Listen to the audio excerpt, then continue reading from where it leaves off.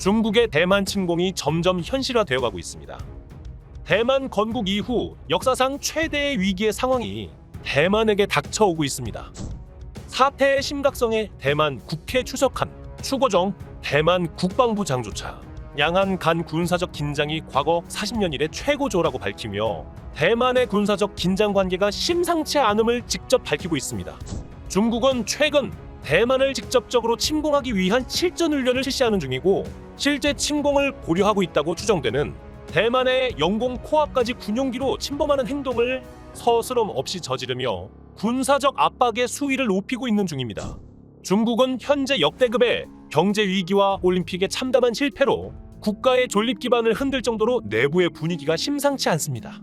때문에 중국은 국민들의 내부적인 불만을 외부로 돌림으로써 국가 내부의 불안 요소를 잠재우고 하나의 중국이라는 중국이 내세우는 가장 중요한 원칙을 빼내들어 국민들의 애국심을 고취시킬 가장 좋은 방법으로 대만 침공이라는 카드를 빼들고 있습니다. 중국은 과거에도 대만에 대한 도발과 군사적인 행동을 보여온 적이 있었지만 우크라이나 전쟁으로 지금까지와는 차원이 다른 정말로 전면전을 벌이며 침공할 듯한 기세로 대만의 코앞에서 군사작전을 벌이고 있습니다. 현재 이런 중국의 눈앞에 놓여진 대만의 상황은 그야말로 풍전등화와 같은 위기의 상황입니다. 중국의 침공 위협 앞에 절체절명의 상황에 놓인 대만은 지금까지 일본이 대만을 함께 지켜줄 것이라고 믿어 의심치 않고 있었던 상황이었습니다.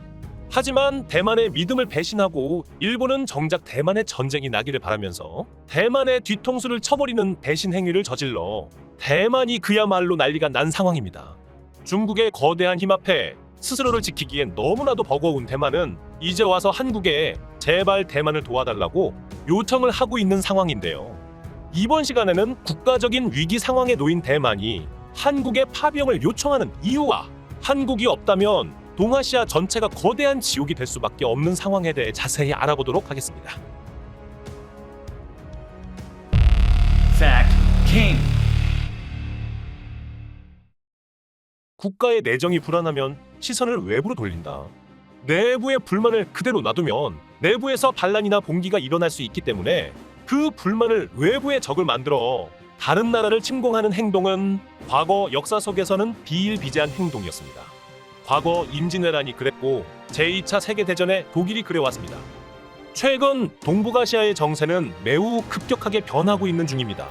중국과 대만의 충돌은 거의 피할 수 없는 지경까지 와 있으며 대만의 여분 이제 동아시아의 화약고이자 우크라이나 다음에 전쟁 발발 가능성이 가장 높은 지역이 되어버렸습니다. 최근 중국은 유난히 애국심과 단결력을 강조하고 있으며 국가 내부의 결속을 다지기 위해 하나의 중국의 구호를 유난히 많이 외치고 있습니다. 최근 들어 중국의 경제 위기가 가속화되면서 그 기조가 더욱더 심해지고 있는데요.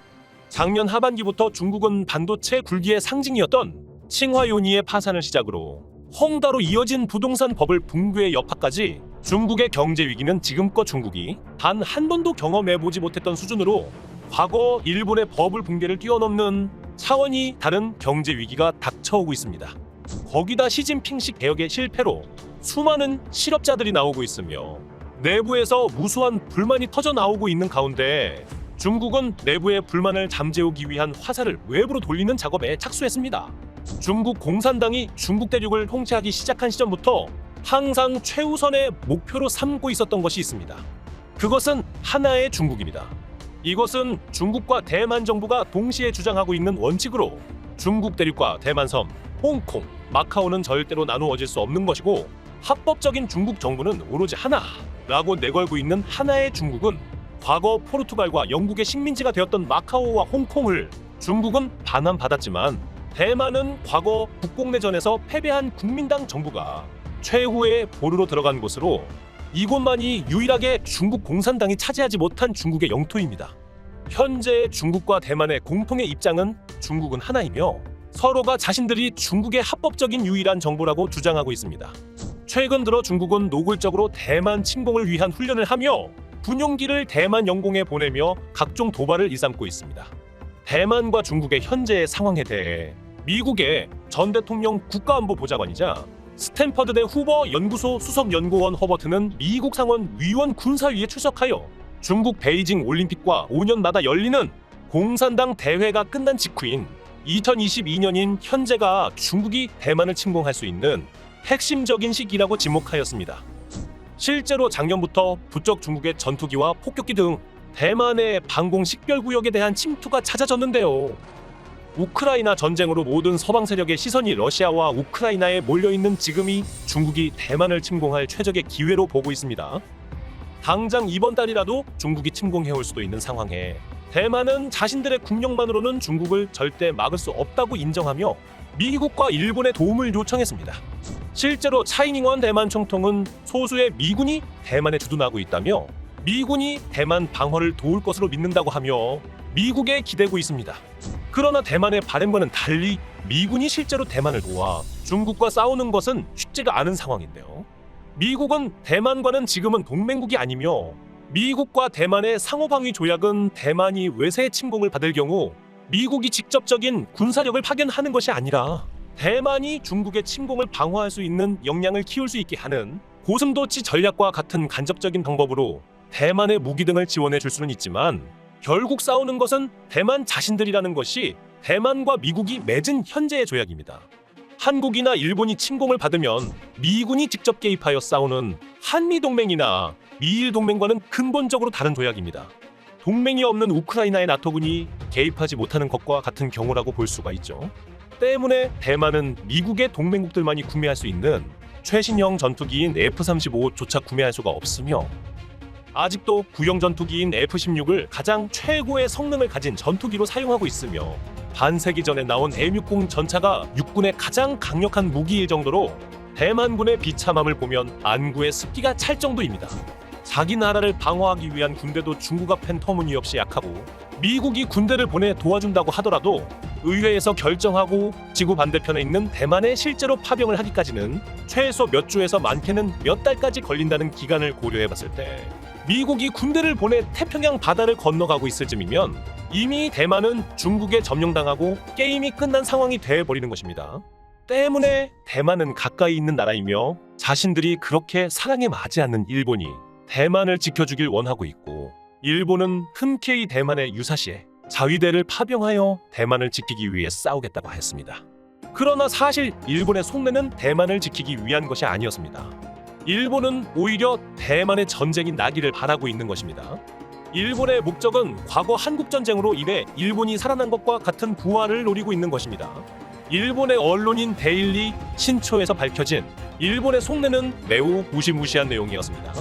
과거 2차 대전에서 미국에게 패배한 후 초토화된 일본이 한국전쟁 덕분에 살아난 것처럼 앞으로 한국이나 대만에서 전쟁이 일어나면 현재 경쟁난에 처해진 일본이 전쟁 특수로 다시 부활할 수가 있다는 내용의 기사가 나온 것인데요.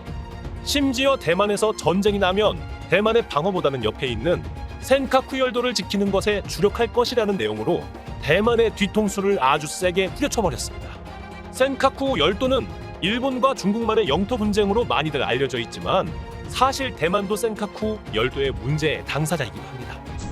대만도 센카쿠 열도를 자신들의 영토로 주장하고 있지만 실제로 일본에게 아쉬운 소리를 해야 하는 대만의 입장에서는 일본이 자신들의 눈앞에서 센카쿠 열도를 행정구역에 편입시키는 것을 보고도 크게 항의하지도 못하고 넘어갔습니다.